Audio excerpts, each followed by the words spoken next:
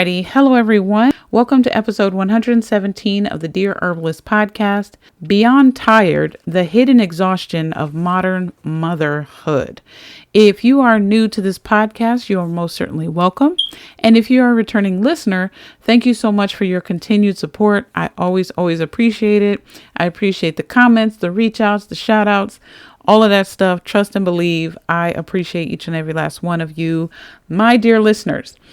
So I decided that this podcast is going to be dedicated to the mothers.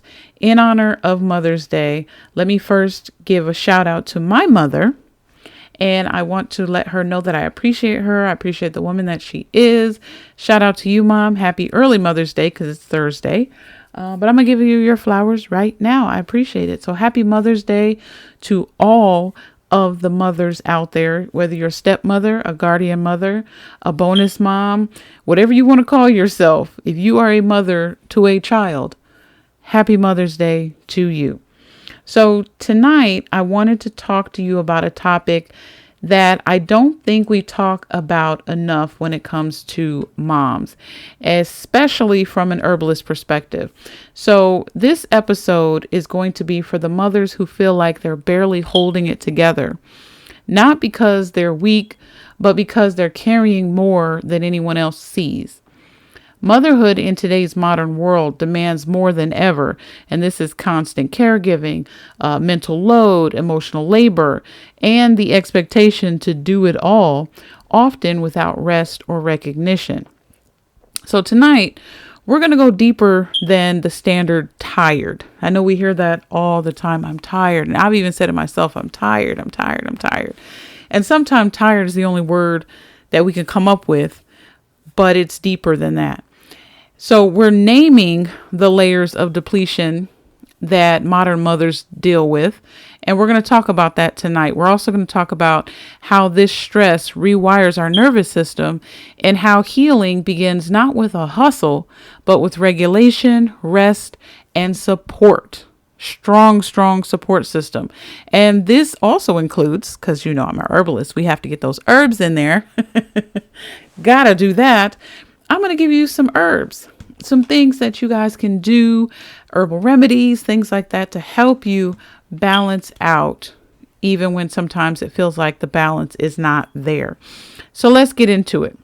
Now, when people say they're tired, understand that tired, especially mothers, tired does not cover it.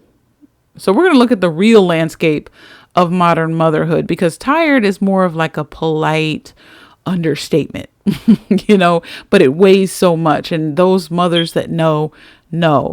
Mothers today are mentally spinning plates 24/7, emotionally absorbing others' needs.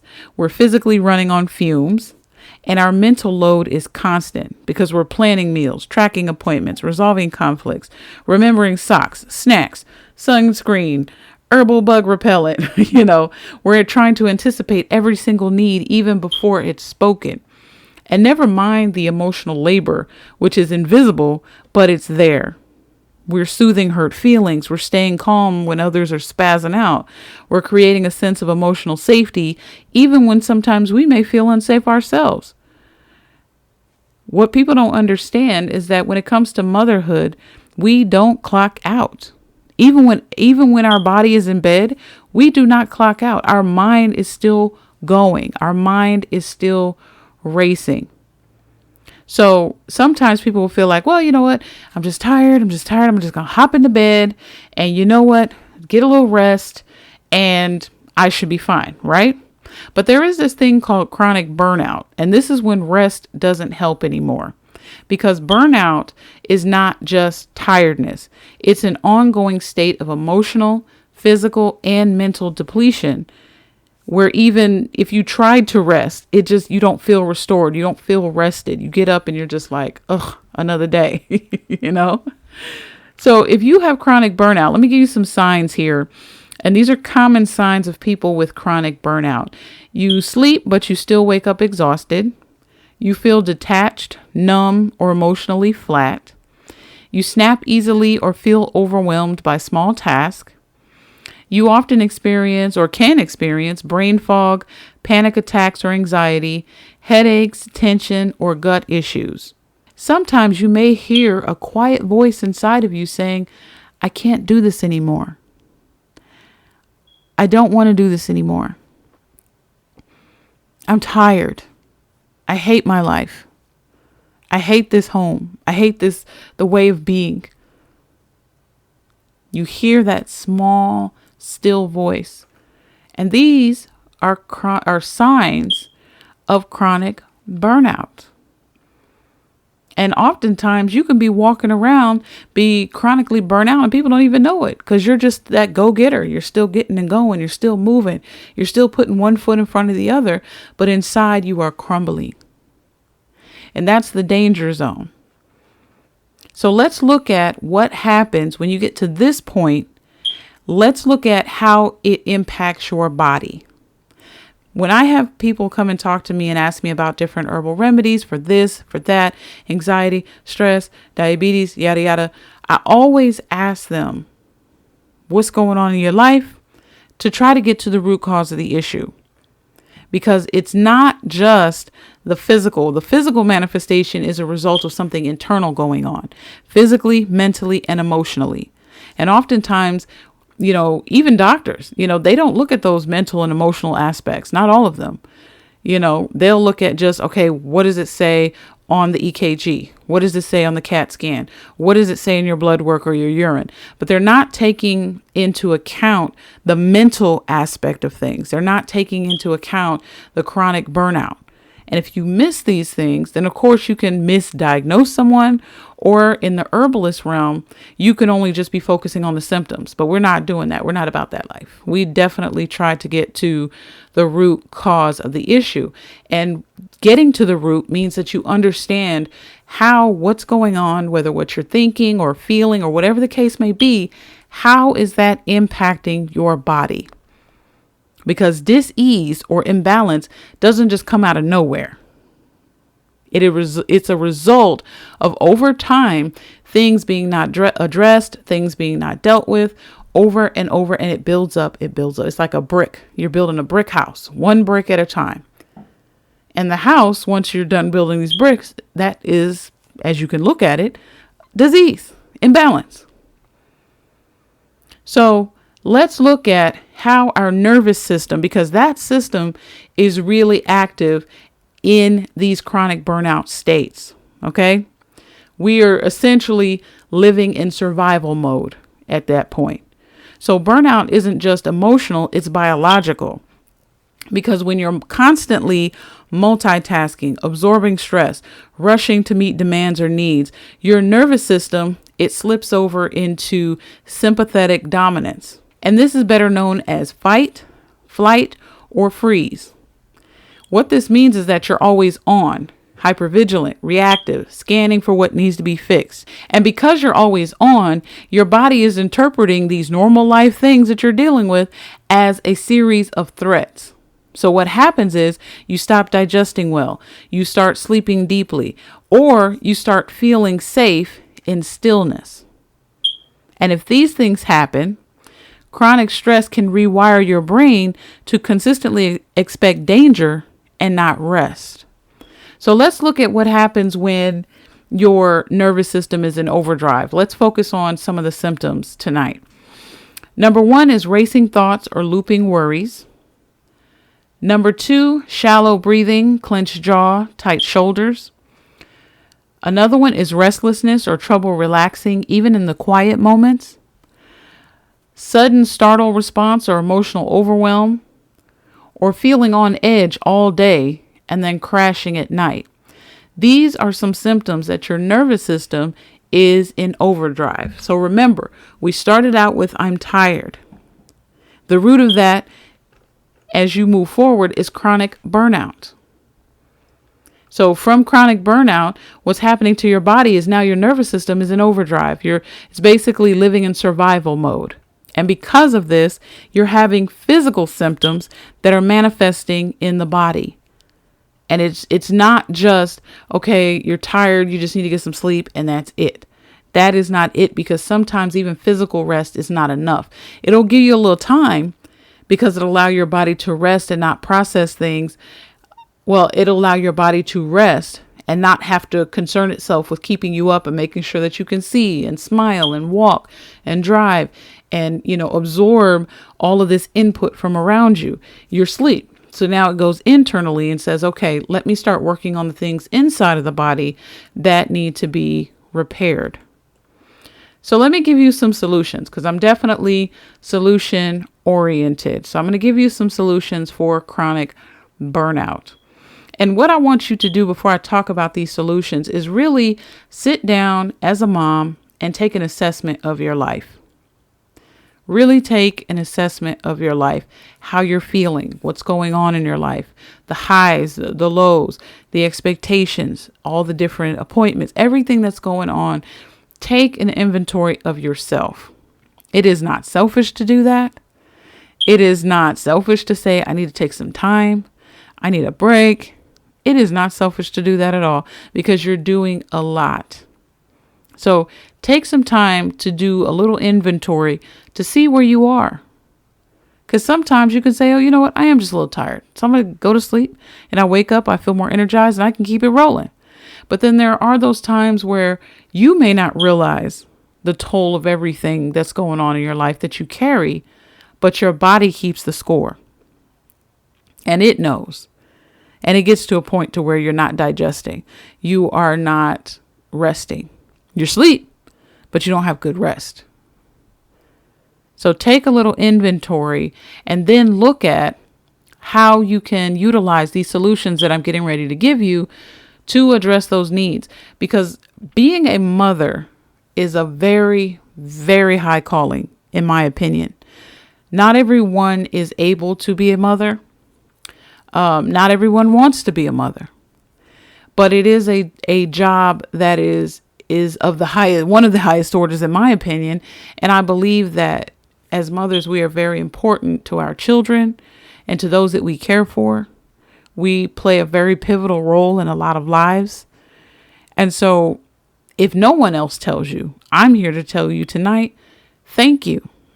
Thank you for all that you do. It's not easy. It's sometimes thankless, but you are doing it. You show up every day. You give 110% of yourself. So shout out to you, mothers. All of you. All of yous.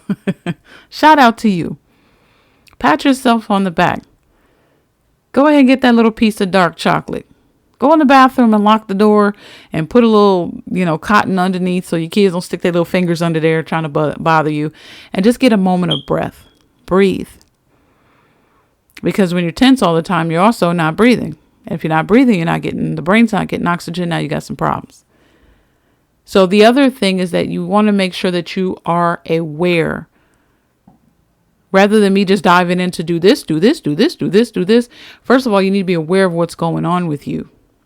And you only get to be aware of that if you sit down and have some honest conversations with yourself about what's going on with you. And it's okay to feel tired. It's okay to not feel like doing anything. It's okay to feel overwhelmed and to say that. I think sometimes, and as mothers, there's some out there, they want to do this, I call it oppression Olympics. So if one mother says, well, I'm working and I'm also taking care of the kids. And I'm just so tired. Then the other mother will say, well, I'm working 3 jobs and I'm taking care of these kids and I'm tired. And, as if to minimize what the other mom is doing.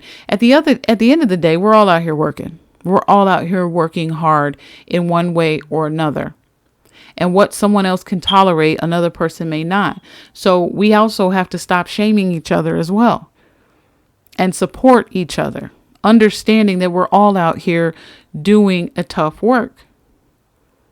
Because let's be honest, being responsible for little humans with their own personalities and their own thought processes in a very cold and evil world, it is not an easy job. And anybody else is telling you that, they're lying to you. Oh, it's easy. I don't have no problems. All I got to do is, good for you, sis. Because it ain't simple to me. It ain't that simple. If you are a mother and you have children walking out into this world. You have your sheep out there amongst the wolves. It's not easy. It's so much to be concerned about. If you have a spouse who have their own journey, their own ups and downs and things like that, it's not easy.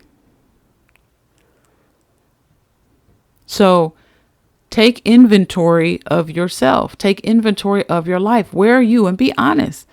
Nobody's listening but you and the Most High. So be 100% honest. What is wrong? What is going on? How are you really feeling? Tired? Tired how? Mentally tired, physically tired, emotionally tired. Put a name on it. Don't just use like a general umbrella. Put a name on it so that you can zero in and understand what it is that's going on and what the problem is, so that now you understand, okay, these are the solutions that I need to input in order to address that issue. First of all, so that you can be the best person that you can be for yourself. Because you were once a person, and still are, that had hopes, that had dreams, that had wishes. You had your own individual mind. It was just you in the world at one point, before a spouse and children and all these other things came into play. You were a whole human being, and you still are. So take an inventory.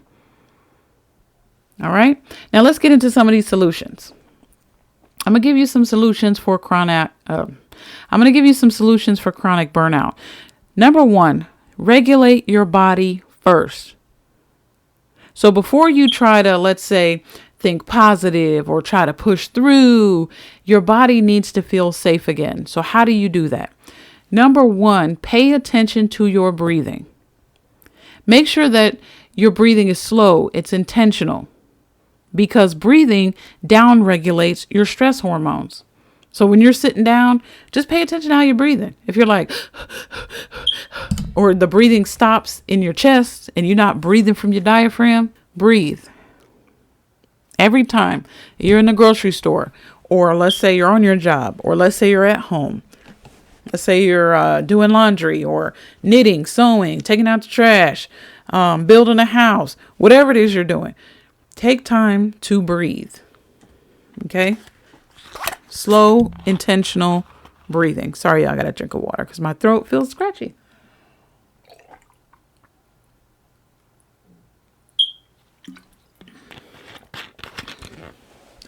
All right. So take time to breathe. Next, you want to do some gentle movements. So this involves stretching. Now, what I do sometimes, and one, I'm doing it because I'm working out, but what I found is that there's a lot of stretching videos on YouTube. So look them up. Even if you're like, I don't even know where to begin. I don't know what I'm doing. Get you some good resistance bands. And let me tell y'all something. Them stretches are no joke, but you feel amazing after you do it. So get you some good resistance bands. Okay. If you don't have good resistance bands or you don't have any at all, then don't worry about it. Just look on YouTube and find some good stretching videos. Some other things that you can do is walking, okay? Or even shaking out the tension, because this reconnects you with your body. Another thing that you can consider doing is using a weighted blanket or taking warm baths, because this will stimulate your parasympathetic system. This is your rest and digest system. And then some other things that you can try touching something soft. So this kind of activates your sensory nerves. Touching something soft. Smell something calming. Lavender, jasmine, rose, these type of things. And listen to gentle sounds. And the gentle sounds, again, if you got a phone, if you got a TV, if you got YouTube, find some gentle sounds and just lay down and relax. Those are some of the things that you can do to regulate your body first. Okay. Once you do this, now your body feels safe again. So then let's move on to step 2. This is where you need to nourish your nervous system with some herbs. Okay. Understand that herbs do not numb nor sedate. That's the key thing that people need to understand. Even with a lot of anxiety formulas and things like that that are out there, the goal is not to numb the issue or to sedate the issue. The goal is to address it. Okay. And herbs, they actually nourish, they retrain, and they restore. So those are the things to understand when looking for herbs to address or to support what you're doing. Now, these herbs that I'm getting ready to tell you about, they will actually help rewire your stress response over time. Okay. Actually, a couple of these herbs are in my anxiety blend. And if you don't know what that is, check out my store at thedemystifiedherbalist.square.site. Okay. My anxiety blend has chamomile, lemon balm, and lavender in it. So, and it's a really, really good combination. So if you want some tea, head on over there. Shameless plug, but head on over there. Again, thedemystifiedherbalist.square.site. And I will put that information in the description box as well. So back to the herbs. So let's talk about the herbs that nourish your nervous system. Number one is chamomile. Chamomile calms nervous tension, soothes digestion, and it supports sleep. And this type of herb is best for overstimulation, gut stress, and it's also good for kids that are pretty anxious too. So if you got some pretty anxious kids, get them some chamomile, okay? Lemon balm is another one. This actually lifts your mood. It eases racing thoughts and it calms the heart. So this is best for people that are always in go mode. They have fatigue, they're irritable, and they're also, they have restless sleep. So lemon balm would be good for you. Another herb is lavender. Lavender actually balances your nervous system and it reduces anxiety and helps to promote a deep sleep. And so it's good for emotional transitions, grief, overwhelm. Lavender is good for those things. Passion flower is another herb, and this slows racing minds, eases insomnia, and it supports frayed nerves. So this is good for people that have burnout or emotional exhaustion. And then the last herb I'm going to talk about tonight is milky oats. Milky oats help rebuild and deeply nourish your taxed nervous system. So all of these herbs, okay, have an affinity, as we like to call in herbal medicine, to your nervous system. When you're picking herbs, as I've always said before, it's best to choose those herbs that have an affinity for that particular system. This is how you know that they'll be effective when you utilize them. So milky oats, you can use this if you have long-term depletion or you have adrenal fatigue. So let's talk about how to use these. Well, like I said, one way you can use it is in a tea. So you can combine, let's say, chamomile and lemon balm in a tea or a tincture and use that. You can, and use it during the day as well. You can look at lavender for aromatherapy or use it as a tea before bed. And then passion flower, you can mix that with milky oats in a tincture form. And this could be for nervous exhaustion. And combine this with your breathing. Pay attention to your breathing, slow, intentional breathing. Now, step 3, invite rest. And this is even in small doses. So real rest doesn't require a week off, but it can begin with moments of pause. So some things that you can do is 1, lay down for 10 minutes with your eyes closed with no guilt. None. The next thing that you can do is ask for help and let yourself receive it. These are one of the things that I tend to struggle with. A lot of reasons is because I'm type A, so I want it done the way I want it done. And sometimes that doesn't always happen, but I need the help anyway. And you didn't do it the way I would have done it, but you did it.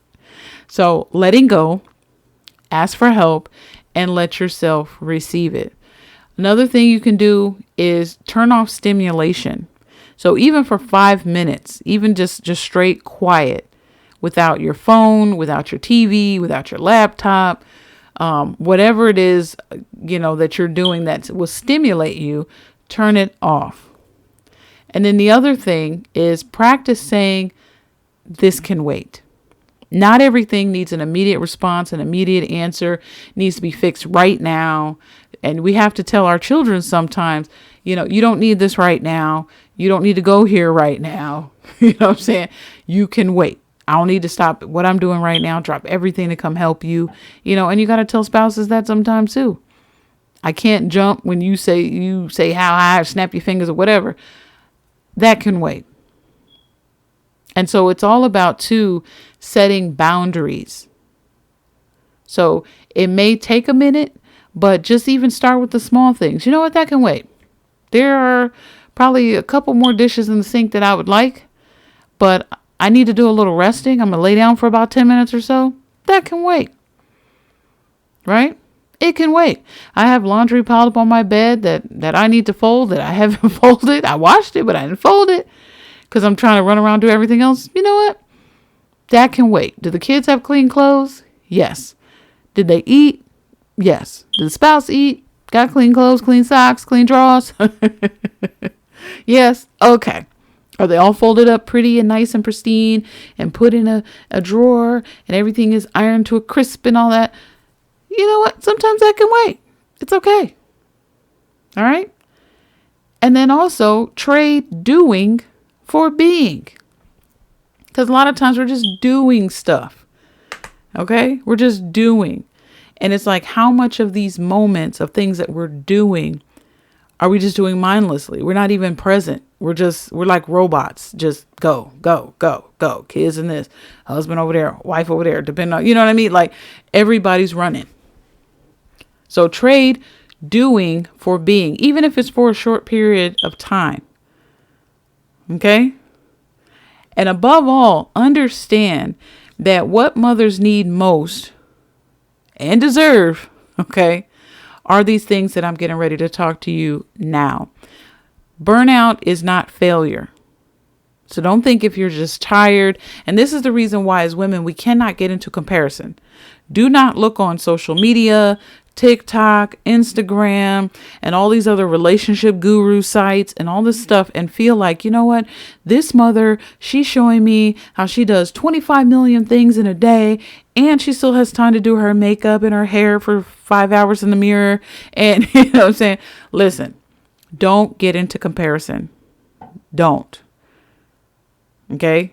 Do not sit there and look at someone else's life on TV or wherever. And some of these people, it's like, come on, you're only doing this for the camera.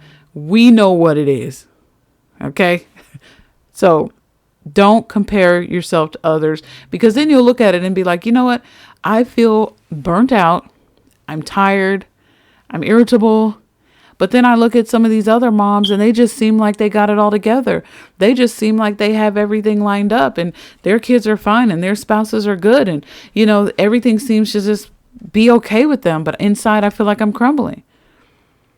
Well, you never know what people are really going. Some people have a good way of hiding it. So understand that burnout is not failure. It is a signal. It is your body. It is your body's way of saying, you weren't meant to carry this alone. You weren't meant to carry this alone. In the scriptures, it says to cast your cares on him because he cares for you. So that is another solution. Sometimes we have to lay at the feet of the Most High and just say, listen, I have 550 million things on my shoulder. I can't carry all this. I don't know what to do. I need help. This load is heavy. I cannot carry all this. I want to throw it all on the ground and walk away. Be honest. Tell them how you feel. Some other things that you can also do is community. We were never meant to mother in isolation. Look at all the animals. Look at the lionesses, right? They're in community. They're in groups. And I know nowadays, because things aren't necessarily as safe as we would like them, and, you know, you have to really vet the people that you want to bring into your community. No matter what, you need a community. So you want to vet the people and make sure that they're safe for you and they're safe most certainly for your children to be around. But no matter what, you need to build that community, because we were never meant to mother in isolation. You may have a mother that be going through what you're going through, or may have a tip or something that they've done or lessons they've learned, and you can draw encouragement. Maybe she's tired, you tired too. It's like, okay, cool, I'm not the only one. So we don't want to isolate ourselves from each other. It's not good. It's not good to be it's just all about my family and that's it. Bump everybody else. That's not good. You're isolating yourself, and that's dangerous. The other thing that you want to do, like I said before, set boundaries. So say no to what drains you and learn to make space for healing. And you have to make space. Everything that I'm recommending to you, you have to be very intentional. If you think it's just going to slap you in the head and it's like, oh, aha, now I need to do this. No. Sometimes it's a fight. Sometimes you say no and you feel guilty and you got to hold that and then you got to let it go. So it's a fight for peace. It's a fight. Okay? But you got to do it. So set boundaries and say no to what drains you. Or say, not right now. And I'm not a bad person because I said that. Another thing is self-compassion, being easy on yourself, because you deserve the care. You are worthy of the care. And I think as mothers, we have to be careful, especially those of us with daughters, that we are modeling how things should be done. We should not be modeling that you put everyone else above yourself. And I'm not talking about people that are just straight selfish. That's not what I'm talking about at all. All right. I'm talking about the people that put everyone above themselves. They don't think about themselves at all. Matter of fact, they're the last person on the list if they think about themselves at all. But what we're teaching our daughters is that you perpetuate this same cycle. And this is the reason why you have people having nervous breakdowns, panic attacks, anxiety attacks, committing suicide, depression, heart disease, because they are suffering in silence, because they may be, married to selfish spouses, or, children have their own elements of selfishness. It's about me and what I need right now. Your eyeballs could be falling out of your head. You couldn't have had a bath in 3 weeks. When's my sandwich going to be made? And so you have to take that time to make sure that you take care of yourself. Take care of yourself, because you are worthy of care too. And if they don't understand, screw them. I know it's not politically correct, but if they don't care, if they don't understand, it's not for them to understand. You are one person. You are one human being, and you can only do but so much. Everybody else has to carry their own bag. And then lastly, what will help you is combining the herbs that I talked about, okay? And have a routine. Start small, because if you start small, you've accomplished something, you've taken care of yourself, and eventually over time, it'll be like second nature. Each day, you will feel more comfortable and more confident with creating boundaries. Each day, you'll feel more comfortable and more confident saying no and not feeling guilty about it. Each day, you will feel more renewed and and have strength and be strong. Each day. Because motherhood asks everything, often without giving back. So in closing, you are not broken. You are overburdened. But you can rewrite this rhythm. You have to listen to your body. You have to honor your limits. You have to choose nourishment over perfection. So this Mother's Day, give yourself permission to slow down, to feel, to rest. And above all, remember that your needs matter too. You're not just tired. You're carrying invisible labor, emotional weight, and chronic stress that changes your body and your brain. So healing begins with the nervous system care, taking care of it, small moments of rest, and with the gentle helps of herbs. All of this, okay, combine all of that, grounded in the truth that you were never meant to do this alone in the first place. So above all things, reach out to the Most High, pray and seek his wisdom and guidance. Cast your cares upon him, because he said he cares for you. But you were not meant to do this alone. So, happy Mother's Day to each and every last one of you. Enjoy your day. Enjoy your day. Go outside, get some fresh air, get some sun. Or if not, lay in your bed, eat some popcorn, and watch some shows or catch up on some shows you didn't catch up on. Whatever it is that you need to do to fuel yourself or to feed your spirit, do that. Okay? Enjoy your day. And from the Demystified Herbalist to all of you, happy Mother's Day. And with that, family, I'm out.